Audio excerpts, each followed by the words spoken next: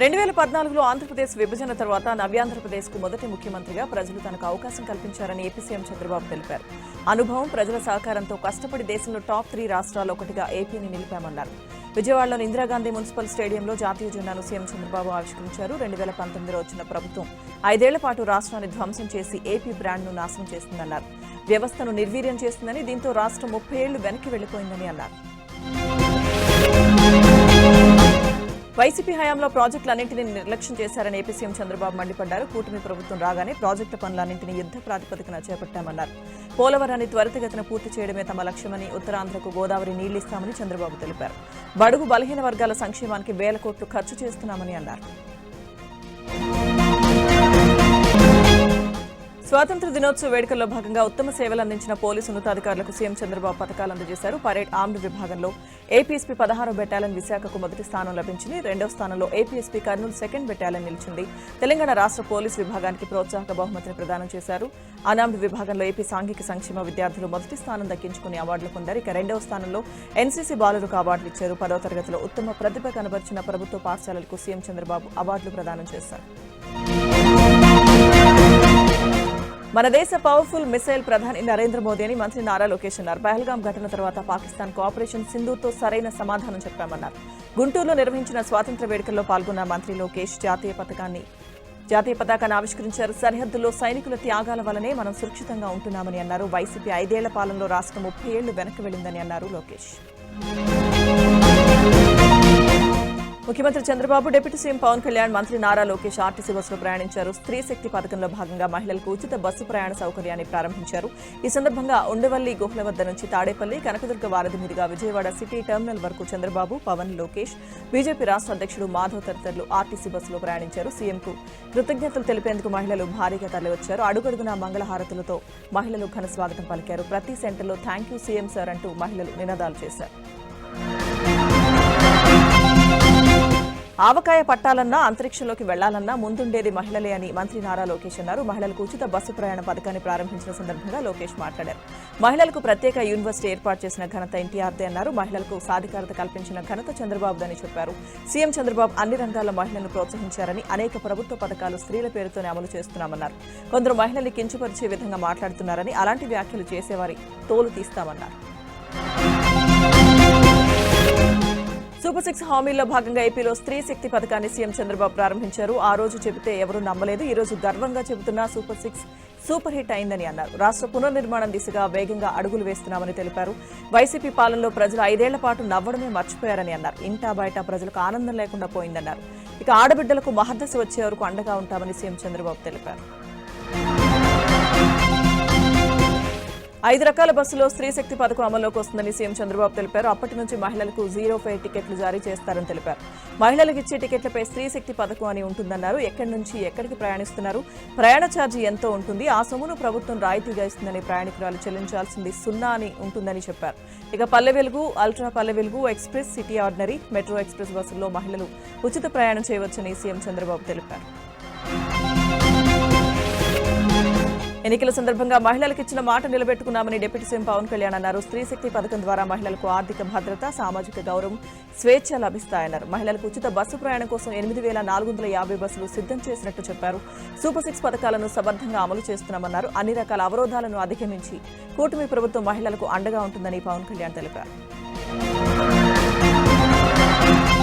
స్త్రీ శక్తి పథకాన్ని హిందూపురంలో ఎమ్మెల్యే బాలకృష్ణ ప్రారంభించారు. మహిళలకు 0 టికెట్లు ఇచ్చి బస్సు నడిపారు. హిందూపురం ఆర్టీసీ బస్టాండ్ నుంచి క్యాంప్ కార్యాలయం వరకు 2 కిలోమీటర్లు బాలయ్య డ్రైవింగ్ చేశారు. ఎన్టీఆర్ జిల్లా నందిగామ బస్ స్టేషన్లో స్త్రీ శక్తి పథకాన్ని ఎమ్మెల్యే తంగిరాల సౌమ్య ప్రారంభించారు. నందిగామ నుంచి కంచుకచెర్ల వరకు మహిళలతో కలిసి ఆమె బస్సులో ప్రయాణించారు. ఇక అనంతరం ప్రధాని మోదీ, సీఎం చంద్రబాబు, పవన్ కళ్యాణ్, లోకేష్ చిత్రపటానికి పాలాభిషేకం చేశారు. ఉచిత ప్రయాణం కల్పించడంతో మహిళలు హర్షం వ్యక్తం చేస్తున్నారు. అనంతపురం జిల్లా హిందూపురంలో 79వ స్వాతంత్ర్య దినోత్సవ వేడుకల్లో ఎమ్మెల్యే బాలకృష్ణ పాల్గొన్నారు. వందలాది మంది విద్యార్థుల గౌరవ వందనాన్ని బాలకృష్ణ స్వీకరించారు. దివంగత మహానేత ఎన్టీఆర్ తర్వాత హిందూపురం ప్రజలు ఆదరిస్తున్నందుకు బాలకృష్ణ కృతజ్ఞతలు తెలిపారు. అభివృద్ధిలో హిందూపురంను అగ్రగామిలో పెట్టేందుకు ఎంతో కృషి చేస్తున్నానని బాలకృష్ణ చెప్పారు. కడపలో నిర్వహించిన స్వాతంత్ర దినోత్సవ వేడుకల్లో ఎమ్మెల్యే అధికారుల మధ్య కుర్చీ వివాదం నెలకొంది. తనకు ప్రత్యేక కుర్చీ ఏర్పాటు చేయలేదంటూ ప్రభుత్వ విప్ కడప ఎమ్మెల్యే మాధవిరెడ్డి జేసీపై ఆగ్రహం వ్యక్తం చేశారు. కాసేపు అక్కడే ఉన్న ఆమె ఆ తర్వాత వేడుకల్లో పాల్గొనకుండానే వెళ్లిపోయారు. అయితే వేదిక ముందు వరుసలోనే ఎమ్మెల్యేకు ప్రత్యేక కుర్చీ వేశామని అధికారులు చెబుతున్నారు. బాపట్ల జిల్లా చీరాల్లో విద్యుత్ శాఖ మంత్రి గొట్టిపాటి రవికుమార్ పర్యటించారు. స్థానిక కొత్తపేట టీడీపీ కార్యాలయంలో ఎమ్మెల్యే కొండయ్య ఆధ్వర్యంలో ఏర్పాటు చేసిన ట్రైసైకిళ్ల పంపిణీ కార్యక్రమంలో పాల్గొని 35 మంది దివ్యాంగులకు ఎలక్ట్రికల్ ట్రైసైకిళ్లు, చేతికర్రలు, వినికిడి యంత్రాలను పంపిణీ చేశారు. కూటమి ప్రభుత్వం దివ్యాంగులకు అన్ని విధాలుగా అండగా ఉంటుందని మంత్రి గొట్టిపాటి హామీ ఇచ్చారు. పశ్చిమ గోదావరి జిల్లా చెరుకుమిల్లి గ్రామంలోని యాక్సిడెంట్ జోన్లను ఏపీ డిప్యూటీ స్పీకర్ రఘురామకృష్ణరాజు పరిశీలించారు. ఓ పంట కాలువను ఆక్రమించుకుని కట్టిన బాత్రూంలను చూసి ఆశ్చర్యం వ్యక్తం చేశారు. వెంటనే వాటిని తొలగించాలని అధికారులను ఆదేశించారు. ఇంకా ఎలాంటి ప్రమాదాలు జరగకుండా చర్యలు తీసుకుంటామని రఘురామకృష్ణరాజు హామీ ఇచ్చారు. కుప్పంలో జగన్ చేసిందే ఇప్పుడు చంద్రబాబు చేస్తున్నారని వైఎస్ షర్మిల విమర్శించారు. ఇరువురు కూడా ప్రజాస్వామ్యానికి హాని కలిగిస్తున్నారని ఆరోపించారు. అంతేకాకుండా చంద్రబాబు బీజేపీతో కూటమి కడితే జగన్ అక్రమ పొత్తు పెట్టుకున్నారని అన్నారు. నకిలీ ఓట్ల విషయంలో జగన్, చంద్రబాబు ఎందుకు స్పందించలేదని షర్మిల ప్రశ్నించారు. విజయవాడలో స్వాతంత్ర దినోత్సవ వేడుకల్లో షర్మిల పాల్గొన్నారు. జెండాను ఎగురవేసి గాంధీ విగ్రహానికి పూలమాలతో సత్కరించారు. ప్రభుత్వ విధానపరమైన నిర్ణయాల్లో పారదర్శకత ఉండాలని, అప్పుడే అభివృద్ధి పరుగులు పెడుతుందని తెలంగాణ సీఎం రేవంత్ రెడ్డి అన్నారు. హైదరాబాద్ హైటెక్స్ లో క్రెడాయి ప్రాపర్టీ షోను ఆయన ప్రారంభించారు. ఇవాళ్టి నుంచి 3 రోజుల పాటు ఈ ప్రాపర్టీ షో కొనసాగనుంది. శతాబ్దాలుగా సాగిన హైదరాబాద్ అభివృద్ధిలో ఎంతో మంది పాత్ర ఉందని అన్నారు. పాలకులు మారిన పాలసీ పరాలసిస్ లేకపోవడంతో అభివృద్ధి కొనసాగిందని చెప్పారు. ఇక రాష్ట్ర అభివృద్ధిని పణంగా పెట్టే ఎలాంటి నిర్ణయాలను ఈ ప్రభుత్వం తీసుకోదని సీఎం రేవంత్ రెడ్డి స్పష్టం చేశారు. తాను మధ్యతరగతి మనస్తత్వం ఉన్న వ్యక్తిగా ఆలోచిస్తానని, ప్రజల సంపద కొల్లగొట్టి విదేశాలకు తరలించి దాచుకునే ఆలోచన తనకు లేదన్నారు. గత ప్రభుత్వం అధిక వడ్డీ రేట్లకు భారీగా రుణాలు తెచ్చిందని అన్నారు. ఇక మేం పాత రుణాలను తక్కువ వడ్డీ రేట్లకు రీషెడ్యూల్ చేయించామన్నారు. మెట్రో రైలు విస్తరణ కోసం ఎన్నో ప్రయత్నాలు చేస్తున్నామని చెప్పారు. మహారాష్ట్రలో 40 విమానాశ్రయాలుంటే మనకు ఒక్కటే ఉందని, గత ప్రభుత్వం కొత్త విమానాశ్రయాల గురించి పట్టించుకోలేదని విమర్శించారు. ఇక తాము 2 విమానాశ్రయాలు సాధించామని చెప్పారు. బీజేపీలోకి చేరుతున్నారనే ప్రచారాన్ని బీఆర్ఎస్ నేత పాలెటి రోహిత్ రెడ్డి ఖండించారు. గత 10 రోజులుగా సోషల్ మీడియాలో కొందరు కావాలని తనపై దుష్ప్రచారం చేస్తున్నారని, చివరి వరకు కేసీఆర్ మానసపుత్రుడిగా బీఆర్ఎస్లోని కొనసాగుతానని ఆయన స్పష్టం చేశారు.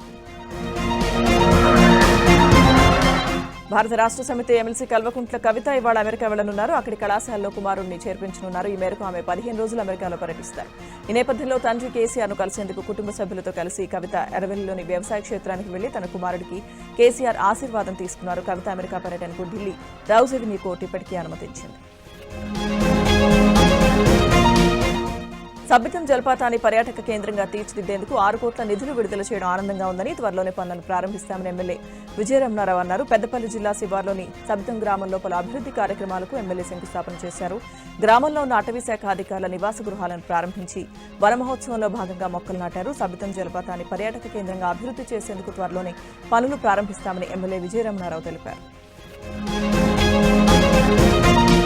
హైదరాబాద్ గోల్కొండ కోట స్వాతంత్ర దినోత్సవ వేడుకల్లో అపశృతి చోటు చేసుకుంది. వేడుకల్లో పాల్గొన్న పోలీసు అధికారి పరిమళ నూతన్ అస్వస్థతకు లోనయ్యారు. హుటాహుటిన వైద్య సిబ్బంది, పోలీసు అధికారులు ఆసుపత్రికి తరలించి చికిత్స అందించారు. కాకినాడ జిల్లా పిఠాపురంలో స్వాతంత్ర దినోత్సవానికి మద్యం మార్కలు అంటుకున్నాయి. AP deputy CM Pawan Kalyan ఎమ్మెల్యేగా ప్రాతినిధ్యం వహిస్తున్న పిఠాపురంలో స్వాతంత్ర దినోత్సవ రోజున ఇష్టానుసారంగా మద్యం అమ్మకాలు జరిగాయి. పైకి మాత్రమే మద్యం షాపులు మూసివేశారు. వెనక నుంచి మాత్రం యథేచ్ఛగా అక్రమంగా మద్యం విక్రయాలు జరిగాయి. ఇక ఎంఆర్పీ ధరలపై 50 నుంచి 100 రూపాయలు అధిక ధరలు వసూలు చేసి దళారులు, మందుబాబులు జేబులు గుల్ల చేశారు. ముడుపులు అందడం వల్లే అధికారులు నోరు మెదపడం లేదని స్థానికులు మండిపడుతున్నారు. అధికారులు తమను అవమానించారంటూ నాగర్ కర్నూలు జిల్లా అచ్చంపేట మున్సిపల్ కార్యాలయం ముందు పారిశుద్ధ్య కార్మికులు ఆందోళనకు దిగారు. స్వాతంత్ర దినోత్సవం సందర్భంగా కార్యాలయంలోకి వెళ్తుండగా దుర్వాసన వస్తుందని, లోపలికి రావద్దని సిబ్బంది చెప్పడంతో ఆగ్రహానికి గురయ్యారు. మున్సిపల్ కార్యాలయం ముందు ఆందోళనకు దిగడంతో స్థానిక ఎస్ఐ వచ్చి ఇరు వర్గాలతో మాట్లాడి శాంతింపు చేశారు. రంగారెడ్డి జిల్లా మొయినాబాద్ చిల్కూరు మున్సిపల్ ఆఫీస్ దగ్గర గ్రామస్తులు ఆందోళన చేశారు. మున్సిపల్ ఆఫీస్ దగ్గర జెండా ఆవిష్కరించడానికి కమిషనర్ నిరాకరించడంపై ఆగ్రహం వ్యక్తం చేశారు. జెండాను ఎందుకు ఎగరవేయలేదని కమిషనర్ను నిలదీశారు. దీంతో కమిషనర్ ఖాజా మొయినుద్దీన్ గ్రామస్తులకు మధ్య వాగ్వాదం జరిగింది.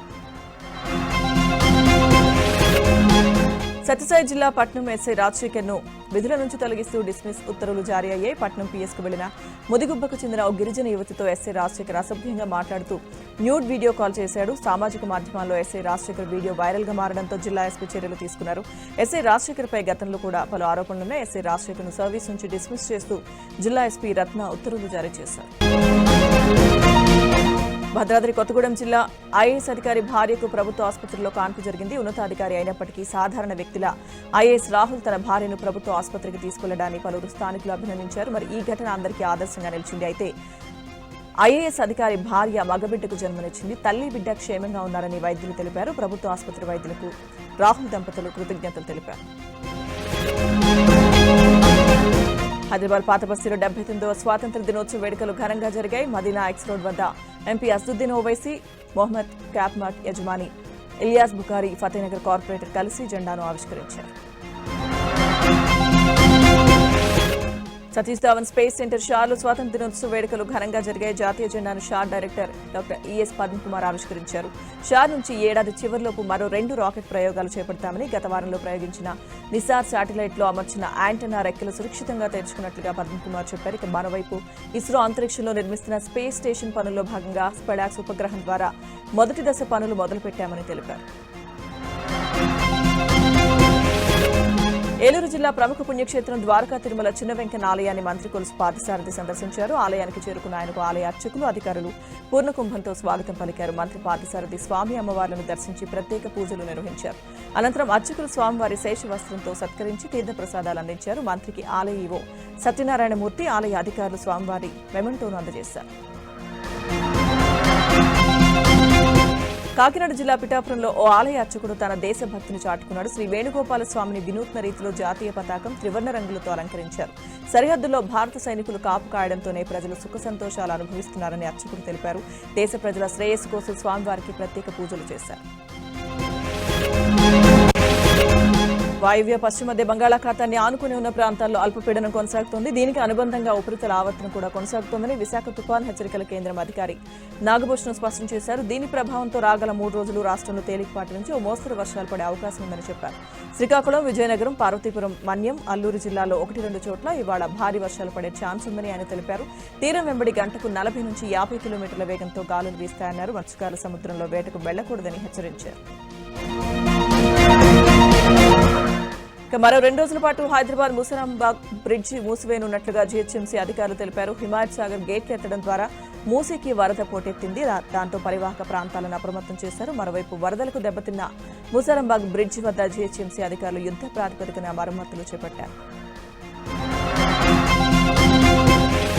కాకినాడ జిల్లాలో ఏలేరు ఉధృతంగా ప్రవహిస్తోంది. ఎగువన కురుస్తున్న వర్షాలకు సుద్దగడ్డ వాగు నుంచి భారీగా వరద నీరు వస్తుంది. గొల్లప్రోల్లోని కొత్త కాలనీ వాసులు, విద్యార్థులు తీవ్ర ఇబ్బందులు ఎదుర్కొంటున్నారు. స్కూళ్లు, కాలేజీలకు వెళ్లాలంటే ప్రమాదకర పరిస్థితుల్లో విద్యార్థులు నిచ్చెనలెక్కి బ్రిడ్జి దిగుతున్నారు. గత వైసీపీ ప్రభుత్వ హయాంలో ముంపు ప్రాంతంలో ఇళ్ల పట్టాలు ఇవ్వడంతో 500 కుటుంబాలకు వరద కష్టాలు వెంటాడుతున్నాయి. కూటమి ప్రభుత్వం వచ్చాక గొల్లప్రోల్లో డిప్యూటీ సీఎం పవన్ కళ్యాణ్ పర్యటించి 4 కోట్ల నిధులతో బ్రిడ్జి నిర్మాణానికి ఆదేశాలు ఇచ్చారు. బ్రిడ్జి నిర్మాణం పూర్తయినా ఇరువైపులా అప్రోచ్ రోడ్లు పూర్తి కాకపోవడంతో కాలనీ వాసులు అవస్థలు పడుతున్నారు. నాగర్ కర్నూలు జిల్లాలో భారీ వర్షాల కారణంగా అచ్చంపేటలోని శ్రీ ఉమామహేశ్వర దేవస్థానం సమీపంలో కొండ చర్యలు విరిగిపడ్డాయి. 3 రోజుల నుంచి కురుస్తున్న అతి భారీ వర్షాలకు ఆలయం దగ్గర కొండపై నుంచి వరద నీరు ఉధృతంగా ప్రవహిస్తోంది. మరోవైపు శ్రీ ఉమామహేశ్వరం దేవస్థానంలో పూజా కార్యక్రమాలు నిలిపివేస్తున్నట్లుగా ఆలయ అధికారులు ప్రకటించారు. కృష్ణా జిల్లాలో బుడమేరుకు వరద ఉధృతి కొనసాగుతోంది. భారీగా వరద నీరు రావడంతో పుట్టగుంటలోని బుడమేరు వంతెన ప్రమాదకరంగా మారింది. వరద ప్రవాహానికి 216 నేషనల్ హైవే రోడ్డు కుంగడం, వంతెన పాతది కావడంతో ముందస్తు చర్యలు చేపట్టారు. వంతెనపై నుంచి భారీ వాహనాలకు అనుమతి నిరాకరిస్తున్నట్లు ఫ్లెక్సీని ఏర్పాటు చేశారు. ప్రకాశం జిల్లా అద్దవీడు మండలం యాచవరం గ్రామ సమీపంలో పెద్ద పులి సంచారం కలకలం రేపుతోంది. ప్రజలను, పశువుల కాపలను ఆందోళన చెందుతున్నారు. గ్రామ సమీపంలోని నల్లమల అటవీ ప్రాంతంలోకి నిన్న మేత కోసం వెళ్లిన గేదెను పెద్ద పులి దాడి చేసి చంపేసింది. పశువుల కాపలను గుర్తించి అటవీశాఖ అధికారులకు వారు సమాచారం అందించారు. పెద్ద పులి సంచరిస్తున్న ప్రాంతాలను గుర్తించిన అధికారులు పులి పాదముద్రలు గుర్తించి పులి సంచారంపై నిఘా పెట్టామని తెలిపారు. ఒంటరిగా ఎవరూ అటవీ ప్రాంతంలోకి వెళ్లొద్దని అధికారులు హెచ్చరించారు. హైదరాబాద్ మేడ్చల్ ప్రాంతంలో అక్రమంగా నిర్వహిస్తున్న ఓ సరోగసీ సెంటర్పై దాడి చేసి లక్ష్మీరెడ్డి, ఆమె కుమారుడు నరేందర్ రెడ్డిని పోలీసులు అదుపులోకి తీసుకున్నారు. నిరుపేద మహిళలను సరోగసికి ఒప్పించడంతో పాటు చింతల్లో లక్ష్మీరెడ్డి నివాసంలోనే ఆ మహిళలకు డెలివరీ అయ్యే వరకు వసతి కల్పిస్తున్నట్టు పోలీసులు గుర్తించారు. దీనిపై కేసు నమోదు చేసి దర్యాప్తు చేస్తున్నారు. రంగారెడ్డి జిల్లా బాకారంలోని ఓ ఫామ్ హౌస్ లో ఎస్ఓటీ పోలీసులు ఆకస్మిక దాడులు చేశారు. SK nature retreat farm house లో 51 మందికి పైగా నైజీరియా, ఉగాండా వాసులు పుట్టినరోజు వేడుకలు జరుపుకుంటున్నట్లు సమాచారం అందింది. దీంతో ఎస్ఓటీ బృందం తనిఖీలు జరిపి నిందితులను అదుపులోకి తీసుకుంది. పార్టీలో డ్రగ్స్, విదేశీ మందు పట్టువేతపై దర్యాప్తు చేస్తున్నట్లుగా రాజేంద్రనగర్ డీసీపీ శ్రీనివాస్ వెల్లడించారు. హైదరాబాద్ పాత బస్తీ బహదూర్పుర పోలీస్ స్టేషన్ పరిధిలోని బహదూర్పుర ఎక్స్ రోడ్ వద్ద పోలీసులు గంజాయిని పట్టుకున్నారు. విశ్వసనీయ సమాచారంతో గంజాయి తరలిస్తున్న వాహనాన్ని ఆపి తనిఖీలు చేయగా 620 గ్రాముల గంజాయి బయటపడింది. గంజాయి స్వాధీనం చేసుకుని దర్యాప్తు చేస్తున్నామని బహదూర్పుర ఇన్స్పెక్టర్ మహమ్మద్ షకీర్ అలీ తెలిపారు. హైదరాబాద్ బంజారాహిల్స్లోని మౌంట్ బంజారా కాలనీలో యువతులను ట్రాప్ చేస్తున్న పాకిస్తాన్ యువకుడి గుట్టు రట్టయింది. 2016లో హైటెక్ సిటీ సిపాల్ కంపెనీలో పనిచేస్తున్న పాకిస్తాన్ యువకుడు ఫహాద్ హిందూ యువతిని ప్రేమించి పెళ్లి చేసుకుని మతం మార్పించాడు. ప్రస్తుతం మరో యువతిని ప్రేమ పేరుతో ట్రాప్ చేశాడు. ఫహాద్ మరో యువతితో ఉండగా రెడ్ హ్యాండెడ్ గా భార్య పట్టుకుని బంజారాహిల్స్ పిఎస్ లో ఫిర్యాదు చేసింది. 1998లో పాకిస్తాన్ నుంచి వచ్చిన ఫహాద్ హైదరాబాద్ లో స్థిరపడినట్లు గుర్తించారు. నిందితుడు ఫహాద్ పై పోలీసులు కేసు నమోదు చేసి దర్యాప్తు చేస్తున్నారు. వికారాబాద్ జిల్లా పరిధిలో ఫాస్ట్ ఫుడ్ సెంటర్లపై మున్సిపల్ అధికారులు దాడులు నిర్వహించారు. 15 ఆగస్టు నాడు ఫాస్ట్ ఫుడ్ సెంటర్లలో పాపాల దందా గుట్టు రట్టు చేశారు. పలు షాపుల్లో ఫ్రిడ్జ్ లో నిల్వ ఉంచిన చికెన్ ను గుర్తించి స్వాధీనం చేసుకున్నారు. ఆగస్టు 15న చికెన్, మటన్ షాపులు బంద్ ఉన్నప్పటికీ ఫాస్ట్ ఫుడ్ సెంటర్లలో మాత్రం విచ్చలవిడిగా చికెన్ ఐటమ్స్ లభించడంపై అధికారులు ఆగ్రహం వ్యక్తం చేశారు. పలు షాపుల్లో చికెన్, మటన్ సీజ్ చేసి ఆయా ఫుడ్ సెంటర్లకు ఫైన్లు వేశారు. నిల్వ ఉంచిన ఆహారం విక్రయిస్తే కఠిన చర్యలు తప్పవని మున్సిపల్ కమిషనర్ హెచ్చరించారు. సత్యసాయి జిల్లా కదిరిలో విచ్చలవిడిగా గంజాయి మత్తులో యువత పెడదవ పడుతుందని, ఇతర ప్రాంతాల నుంచి కదిరికి గంజాయి సరఫరా చేస్తున్నారని ఏబిఎన్ ఆంధ్రజ్యోతిలో ప్రసారమైన వరుస కథనాలపై పోలీసు యంత్రాంగం కదిలింది. గంజాయి ముఠాపై నిఘా పెట్టి కదిరిలో గంజాయి విక్రయిస్తున్న ఇద్దరిని అరెస్ట్ చేశారు. వారి నుంచి 1200 గ్రాముల గంజాయి, 1100 రూపాయల నగదును స్వాధీనం చేసుకున్నారు. నిందితులను కోర్టులో హాజరుపరచగా కోర్టు 14 రోజుల రిమాండ్ విధించింది. అసాంఘిక కార్యక్రమాలపై ఉక్కుపాదం మోపుతామని కదిరి పోలీసులు తెలిపారు. హైదరాబాద్ చిక్కడపల్లి పోలీస్ స్టేషన్ పరిధిలోని వివేక్ నగర్ లో మిదాని రిటైర్డ్ ఎంప్లాయీ ఇంట్లో దుండగులు చోరీ చేశారు. ఇంట్లోకి చొరబడిన దొంగలు 36 తులాల బంగారు నగదును ఎత్తుకెళ్లారు. నిద్రలో ఉండగా చోరీ జరగడంతో బాధితులు లబోదిబోమంటూ పోలీసులకు ఫిర్యాదు చేశారు. చిక్కడపల్లి క్రైమ్ పోలీసులు క్లూస్ టీం సంఘటనా స్థలానికి చేరుకుని వివరాలు సేకరించారు. స్థానికంగా ఉన్న సీసీ ఫుటేజ్ ను కూడా పరిశీలిస్తున్నారు. దేశ 79వ స్వాతంత్ర్య దినోత్సవం సందర్భంగా ప్రధాని నరేంద్ర మోదీ ఢిల్లీలో ఎర్రకోటపై జాతీయ జెండాను ఆవిష్కరించారు. అంతకుముందు త్రివిధ దళాల నుంచి ప్రధాని గౌరవ వందనం స్వీకరించారు. రాజ్ఘాట్ వద్ద నివాళి అర్పించారు. ఈ వేడుక కోసం ఎర్రకోట పరిసరాల్లో 11,000 మంది భద్రతా సిబ్బందిని మోహరించారు. మహానగరం యావత్ కెమెరా నిఘాను పటిష్టం చేశారు. నయా భారత్ ఇతివృత్తంతో ఈ స్వాతంత్ర్య దినోత్సవాన్ని నిర్వహించారు. ప్రధాని మోదీ వరుసగా 12వసారి ఎర్రకోటపై జాతీయ జెండాను ఎగురవేశారు. 2 MI-17 హెలికాప్టర్లు ఇక్కడ పూలవర్షం కురిపించారు. ఉగ్రవాదం మానవాళి మనుగడకే ముప్పని ప్రధాని మోదీ అన్నారు. పహల్గాంలో మతం పేరుతో దాడి చేసిన ఉగ్రవాదులకు గట్టి గుణపాఠం చెప్పామన్నారు. యావత్ దేశం ఆగ్రహంతో రగిలిపోయిందని, దానికి సమాధానంగానే ఆపరేషన్ సింధూర్ చేపట్టి శత్రువును ఊహించని రీతిలో దెబ్బకొట్టామన్నారు. శత్రుమూకలను ఎప్పుడు ఎలా మట్టుబెట్టాలో సైన్యం నిర్ణయిస్తుందని అన్నారు. లక్ష్యం, సమయం ఎంచుకునే స్వేచ్ఛ త్రివిధ దళాలకు ఇచ్చామని ప్రధాని చెప్పారు. అణుబాంబు బెదిరింపులకు భారత్ భయపడదు అనే విషయాన్ని తేల్చి చెప్పామని ప్రధాని స్పష్టం చేశారు.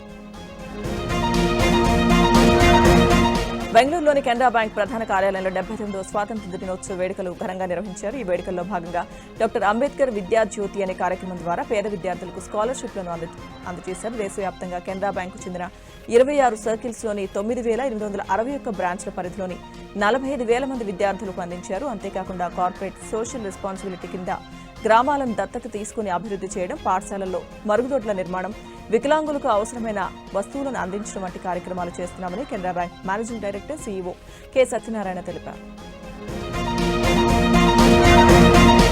కర్ణాటకపై కేంద్రం వివక్ష ప్రదర్శిస్తోందని ఆ రాష్ట్ర ముఖ్యమంత్రి సిద్ధరామయ్య ఆరోపించారు. నిధుల పంపిణీలో కేంద్రం చిన్నచూపు చూపిస్తోందన్నారు. అందుకే తమ ప్రభుత్వం సొంతంగా అభివృద్ధి మోడల్స్ ను అనుసరిస్తుందన్నారు. అంతేకాదు, కాంగ్రెస్ ప్రభుత్వ గ్యారంటీ స్కీమ్లు ప్రపంచం దృష్టిని ఆకర్షించాయన్నారు. ఐరాస జనరల్ అసెంబ్లీ అధ్యక్షుడు ఫిలేమన్ యాంగ్ స్వయంగా ఇక్కడికి వచ్చి పథకాలను పరిశీలించారని గుర్తు చేశారు.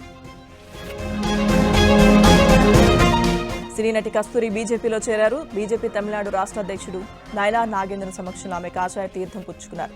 కస్తూరితో పాటు నామిత్ సౌత్ క్వీన్ ఇండియా అధ్యక్షురాలు నమిత వారిముత్తులను ఆయన బీజేపీలోకి సాదరంగా ఆహ్వానించారు. కస్తూరి మోడల్గానే కాకుండా తెలుగు అలాగే తమిళం, మలయాళ, కన్నడ భాషల్లోని పలు సినిమాల్లో కూడా తనదైన నటనతో మంచి గుర్తింపును సంపాదించారు. అంతేకాకుండా పలు సీరియల్స్ లో కూడా ప్రధాన పాత్రలు నటించి బుల్లితెర ప్రేక్షకులకు దగ్గరయ్యారు.